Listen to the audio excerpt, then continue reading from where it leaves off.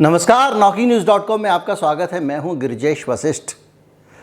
युद्ध एक नए स्तर पर पहुंच गया और एक नया खतरा मंडरा रहा है। वो पूरी दुनिया के लिए मंडरा रहा है, हम सब के लिए भी। और जो हालात बनते जा रहे हैं लगातार, युद्ध जिस दिशा में जा रहा है, जिस तरह की मसल फ्लेक्सिंग हो रही है, मसल फ्लेक्सिंग ये होती है ऐसे करके डोले शोले दिखाना, जिस लेवल की हो रही है, उससे लग रहा है कि कहीं युद्ध में ये कोई तीसरी चौथी पार्टी ना कूद पड़े। और जो पिक्चर दिख रही है, जो तस्वीर दिख रही है युद्ध की, उसमें साफ साफ दिखाई पड़ रहा है कि जैसे जैसे युद्ध आगे बढ़ रहा है, अमेरिका की टेंशन बढ़ती जा रही है। और टेंशन बढ़ने की एक वजह है, और वो वजह ये है कि अमेरिका के पास जो हथियार नहीं हैं, वो हथियार भी निकल के सामने आते जा रहे हैं और इस्तेमाल होते जा रहे हैं। और उसकी वजह है अमेरिका का डेस्परेशन बढ़ता जा रहा है। और वो किस तरह बढ़ रहा है, क्या हालात बन रहे हैं अमेरिका में, किस तरह से टेंशन बढ़ रही है, किस तरह से हथियारों का एक नया दौर सामने आया है जिसमें अमेरिका कमज़ोर दिख रहा है, और किस तरह से उसका किया धरा उस पर पानी फिर रहा है। कहीं मत जाइए, चैनल को सब्सक्राइब कर लीजिए। मैं अभी हाजिर हुआ, लौट के आता हूँ, फिर पूरी बात बताऊँगा।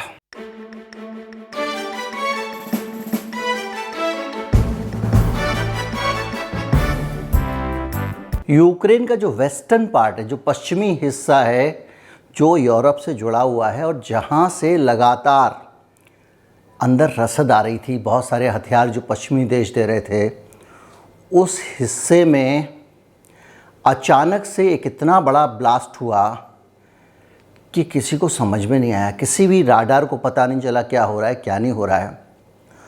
और हथियारों का एक बड़ा गोदाम, वेयर हाउस, या आप उसको कुछ भी कह लें, बहुत बड़ा गोदाम, एक छोटे मोटे शहर जैसा गोदाम, जिसमें यूरोप से आए हुए हथियार भरे जा रहे थे, रखे जा रहे थे, उनको अचानक एक धमाके में उड़ा दिया गया।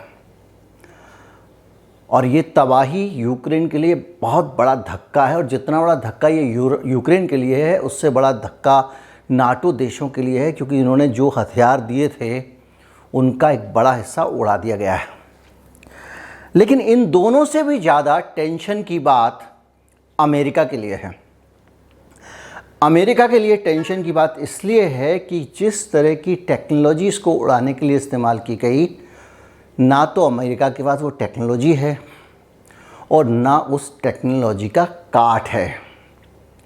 वो टेक्नोलॉजी क्या है? वो टेक्नोलॉजी है हाइपरसोनिक बैलिस्टिक मिसाइल। और ये मिसाइल जो है, हाइपरसोनिक का मतलब क्या हुआ? हाइपरसोनिक का मतलब हुआ ध्वनि की रफ्तार से तेज उड़ने वाली मिसाइल। और जो रूस का हाइपरसोनिक मिसाइल के बारे में जो बताया जा रहा है, जो उसने इस्तेमाल की है, वो ध्वनि से 5 गुना अधिक रफ्तार से उड़ती है। अब ये जो मिसाइल है, इसके उड़ने का मतलब ये है कि राडार से आप इसको पकड़ नहीं सकते। इस मिसाइल का दुनिया में कोई काट नहीं है, मैंने पहले आपको बताया था। और हाल ही में कुछ समय पहले, महीना भर हुआ होगा, चीन ने भी एक ऐसी मिसाइल का परीक्षण किया, गुपचुप, किसी को बताए बगैर, जिसको फाइनेंशियल टाइम्स ने एक्सक्लूसिव ब्रेकिंग न्यूज़ के तौर पर छापा।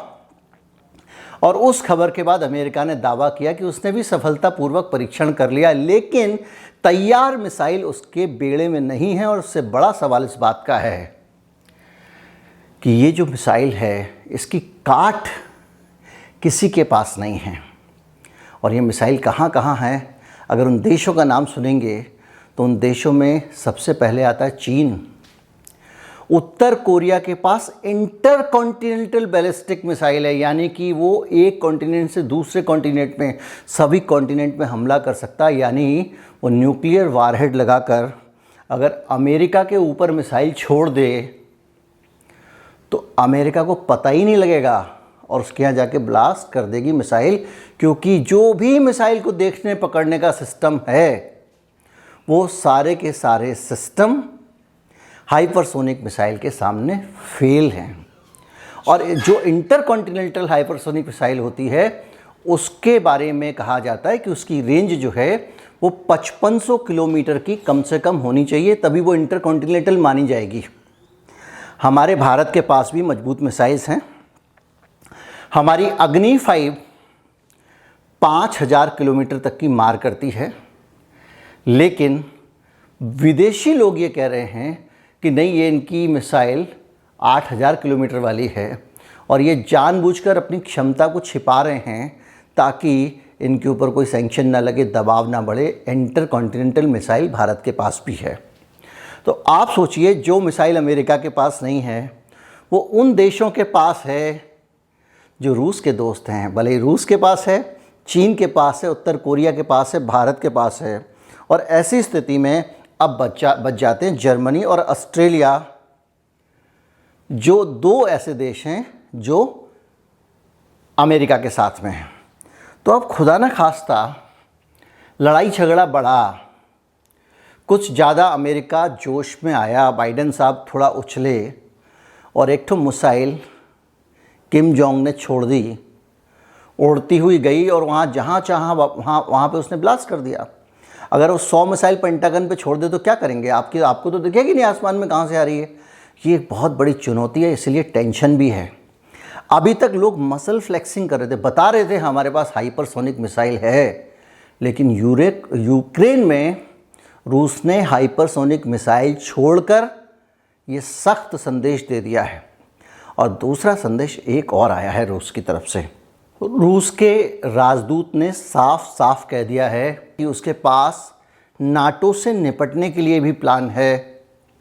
यानी आप सोचिए, अमेरिका एक तरफ बार बार यूक्रेन को सपोर्ट दे रहा है, कह रहा है लड़ो लड़ो लड़ो, चाह रहा है रूस के हथियार ख़त्म हो जाएं, कुछ कम हो जाएं, और बार बार यूक्रेन की सीमा के आसपास के जितने लग्गू भग्गू देश हैं वो रोज़ तरह तरह की एक्सरसाइज कर रहे हैं, तरह तरह की प्रैक्टिस कर रहे हैं, तरह तरह की जिस अभ्यास कर रहे हैं। और उनको लग रहा है कि अब ये इस तरह से हम बताते रहें कि भैया हम तैयार हैं अगर पंगा लोगे तो, और उधर से वो हथियार दे रहा था और यहाँ एक झटके में उड़ा दिए। तो ये सारी स्थितियों के बीच में अमेरिका को अब समझ में आ रहा होगा कि इस युद्ध को किसी तरह से निपटा दिया जाए, क्योंकि अगर रूस मिसाइल को उधर घुमा दे, एक बात मान के चलिएगा, अगर भारत अपने हथियारों को कह रहा है कि हमारे पास नहीं है, हमारे पास कैपेसिटी नहीं है, हम 5000 किलोमीटर तक के ही है हमारे पास, और दुनिया कह रही नहीं ये 8000 किलोमीटर का झूठ बोल रहे हैं, तो अंदाज़ा लगा लीजिए हर देश अपने हथियारों को छिपा के रखता है। और रूस ने अगर अपनी असली ताकत दिखा दी तो दुनिया में इनका क्या होगा, इससे आप अंदाज़ा लगा लीजिए। एक से एक हथियार हाइपरसोनिक दुनिया में तैयार पड़े हुए हैं। अमेरिका कह रहा है हमने अभी केवल परीक्षण किया है। मैं आपको बता रहा हूँ कि ये जो हाइपरसोनिक जितने भी चीज़ें होती हैं उनकी एक ध्वनि की रफ्तार से गुना के आधार पर एक उनका पैमाना रखा गया है कि वो कितने मैक की है, यानी उसकी ध्वनि की रफ्तार से, जैसे 20 मैक है तो ध्वनि की रफ्तार से वो 20 गुना तेज़ी से चलेगी, यानी आवाज़ से 20 गुना तेज़। तो मैं आपको बता दूं कि जो बैलिस्टिक मिसाइल रूस ने बना के रखी हुई है उसकी रफ्तार 20 मैक है, यानी कि आवाज़ से 20 गुना ज़्यादा रफ्तार से चल सकती है। भारत की भी मिसाइल्स हैं, ग्लाइडर मिसाइल भी भारत ने बनाई। ग्लाइडर मिसाइल बहुत इंपॉर्टेंट है जानना आपके लिए, और ग्लाइडर मिसाइल चीन ने भी बनाई है। ग्लाइडर मिसाइल एक नॉर्मल मिसाइल नहीं है, ये अति घातक टाइप की मिसाइल है। ग्लाइडर मिसाइल जो अभी हाल में हाइपरसोनिक मिसाइल का जो परीक्षण किया था चीन ने, वो ग्लाइडर मिसाइल थे। ग्लाइडर कैसे समझाऊं? ग्लाइडर, हाँ देखिए, आप कागज़ के हवाई जहाज़ से जब खेलते हैं, वो भी एक छोटा सा कागज़ का ग्लाइडर है, और उसको आप फेंकते हैं तो आप कभी नहीं जानते कि वो कहाँ गिरेगा। कभी वो गोल कलाबाजियाँ खा के गिरता है, कभी वो सीधे ठप हो जाता है, कभी हवा में ऊपर चला जाता है, घूम के आता है, फिर गिर जाता है। अनप्रेडिक्टेबल होता है। इसी तरह से जो ग्लाइडर मिसाइल है वो सरल रेखा में चलती नहीं है, वो कहीं पे भी घूमेगी फिरेगी, चकमा देगी, धोखा देगी। खट से अपने टारगेट पे पहुंच जाएगी। लेकिन तो आप इससे अंदाज़ा लगाइए कि ये हाइपरसोनिक मिसाइल कितनी खतरनाक बला है। युद्ध के बारे में, युद्ध की दुनिया के बारे में, युद्ध की जानकारी के बारे में बहुत कुछ पढ़ने लिखने को और बहुत रोचक जानकारियाँ होती हैं।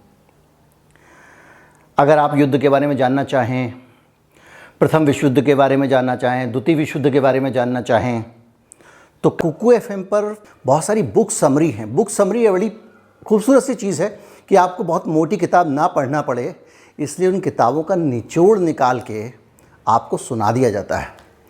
कुकू एफएम पर ये ऑडियो बुक्स आप सुन सकते हैं और इन ऑडियो बुक्स की खासियत ये है कि आप काम करते आप सुन ही सकते हैं। मैंने बताया आपको, रोज़मर्रा के काम करते हुए, ड्राइव करते हुए, खाना बनाते हुए। इसके अलावा ऑडियो बुक्स की एक खासियत और भी है कि कम से कम जैसे आपने एक मेंबरशिप ले ली कुकू एफएम की, तो सिर्फ यही क्या, आप जितनी चाहें 1000 किताबें, और डिस्काउंट चल रहा है, 2 दिन आखिरी हैं, 20 तारीख तक ये डिस्काउंट चलेगा। और इस डिस्काउंट में आपको होली 50 कोड डालना है तो आपको 50% डिस्काउंट मिल जाएगा। तो उनका सब्सक्रिप्शन 399 रुपये का है, तो 200 रुपये में आपको साल भर अनलिमिटेड किताबें सुनने का ऑफ़र मिल रहा है। अगर आप ये ऑफ़र अवेल करना चाहते हैं तो हमारे लिंक से आपको जाना होगा। डिस्क्रिप्शन में आप जाएंगे, आपको लिंक मिलेगा, उसके ज़रिए आप मेंबरशिप ले सकते हैं। कुकू एफएम 1000 से ज़्यादा किताबें हैं उसके पास, एक बड़ा प्लेटफॉर्म है, भारत का नंबर 1 प्लेटफॉर्म है, मेक इन इंडिया प्लेटफॉर्म है, और उसकी जो एप्लीकेशन वगैरह की रेटिंग भी काफ़ी है, अच्छी है, 4.5 के आसपास है। इस वीडियो के प्रायोजक भी कुकू एफएम हैं। तो सीधी सी बात यह है कि आज की तारीख में अमेरिका के लिए कितना बड़ा टेंशन होगा कि रूस ऐसे हथियार चला रहा है जिन हथियारों के बारे में उसको पता तो है लेकिन उसके पास नहीं है, और दूसरा जिन हथियारों की काठ ही उसके पास नहीं है। अब आप सोचिए, ग्लाइड मिसाइल हाइपरसोनिक, एक तो आवाज़ की रफ्तार से 20 गुना, 25 गुना, 15 गुना स्पीड से चल रही है, और उसके बावजूद उसका जो रास्ता है वो कब कहाँ घूमेगी, कहाँ से घुसेगी, क्या करेगी, ऐसी कलाबाजियाँ खा के अगर कोई सोचिए आप कोई मिसाइल आएगी तो क्या होगा। इस तरह के हथियार हैं, और जिन जिन लोगों के पास हथियार हैं वो सारे, जर्मनी ऑस्ट्रेलिया को छोड़ दें, वो सारे के सारे किसके साथ हैं? रूस के साथ हैं। चीन रूस के साथ है, भारत रूस के साथ है, घोषित तौर पे ना सही, उत्तर कोरिया रूस के साथ है। और उत्तर कोरिया तो खार खा के बैठा हुआ है कि उसका जिस दिन बस चलेगा वो खुद ही उड़ा देगा। और उसके पास घोषित रूप से जो परमाणु शक्ति संपन्न देश जो हैं, क्लब है, उसको छोड़ दीजिए, एक ऐसा देश जिसके पास परमाणु बम भी हैं और परमाणु बम को फेंकने वाली हाइपरसोनिक मिसाइल भी है, और वो हाइपरसोनिक मिसाइल भी इंटरकॉन्टिनेंटल है, यानी वो किसी भी महाद्वीप में जाकर धरती के अपना बम फोड़ सकती है, आदमी को पता भी नहीं चलेगा। जैसे यूक्रेन में पता नहीं चला, उनका हथियारों का पूरा भंडार उड़ गया, धमाका हो गया, उसके बाद पता चला कि कुछ हुआ था, क्योंकि वो इतनी तेज़ी से आएगी।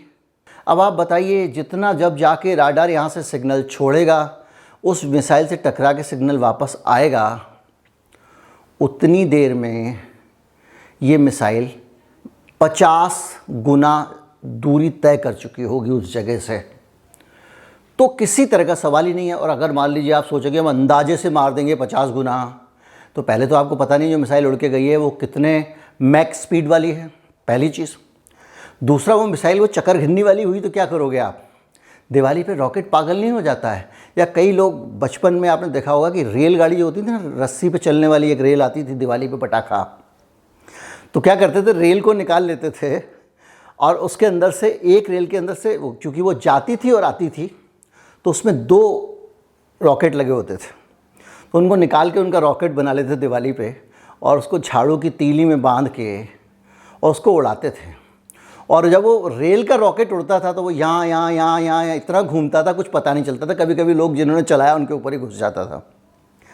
तो इस तरह के ख़तरनाक हथियार है, क्योंकि तो दिवाली का रॉकेट है, लेकिन जब परमाणु बम चलता है ना, तो दुनिया के बड़े के रॉकेट उड़ जाते हैं।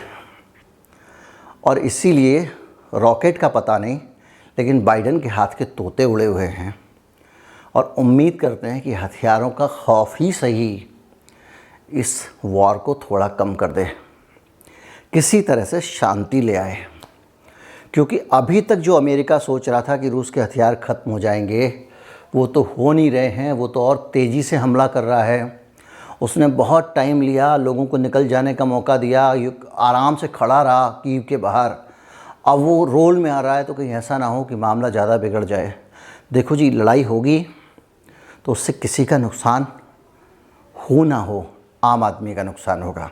इन देशों को कोई फ़र्क नहीं पड़ता। इनका ऐसे एडवांस बंकर हैं बाइडेन के पास, पुतिन के पास, कि सालों साल ऊपर निर्जन पड़ा रहे, आदम और आदम की जात भी जिंदा न रहे, तब भी ये सालों साल अपने बंकर में रह सकते हैं। इनका ऐसा खाना होता है, टॉफ़ियाँ जैसी होती हैं, खाते रहते हैं, जो कभी एक्सपायर नहीं होती हैं। तो इनके पास बहुत कुछ होता है, इसलिए मरेगा आम आदमी। और एक बात मान के चलिए, युद्ध होता है तो धरती के हर हिस्से पर असर पड़ता है। आज हमको रूस से कच्चा तेल, सस्ता तेल ना मिला होता, डिस्काउंटेड तेल ना मिला होता, तो आज हम कितना महंगा पेट्रोल ख़रीद रहे होते। लेबनान में भयंकर संकट हो गया, उनके पास गेहूं नहीं है खाने के लिए, भारत से मदद मांगी है। अब भारत जब गेहूं भेजेगा तब उनको खाने को मिलेगा, तो भूखा कौन बन रहा है? आम आदमी मर रहा है। इसलिए दुआ कीजिए युद्ध ख़त्म हो जाए, ना कोई जीते ना कोई हारे, शांति रहे। और ये जो दुष्ट है ना, जो युद्ध भड़काता है हथियार बेचने के लिए, इसको सद्बुद्धि मिले। उम्मीद करता हूँ वीडियो आपको अच्छा लगा होगा। अच्छा लगा हो तो ज़्यादा से ज़्यादा लोगों तक पहुँचाएँ, चैनल को सब्सक्राइब कर लें। युद्ध के खिलाफ हमेशा आवाज़ उठाएं, भले ही आपका देश क्यों ना युद्ध लड़ रहा हो, जैसा रूस में लोग कर रहे हैं।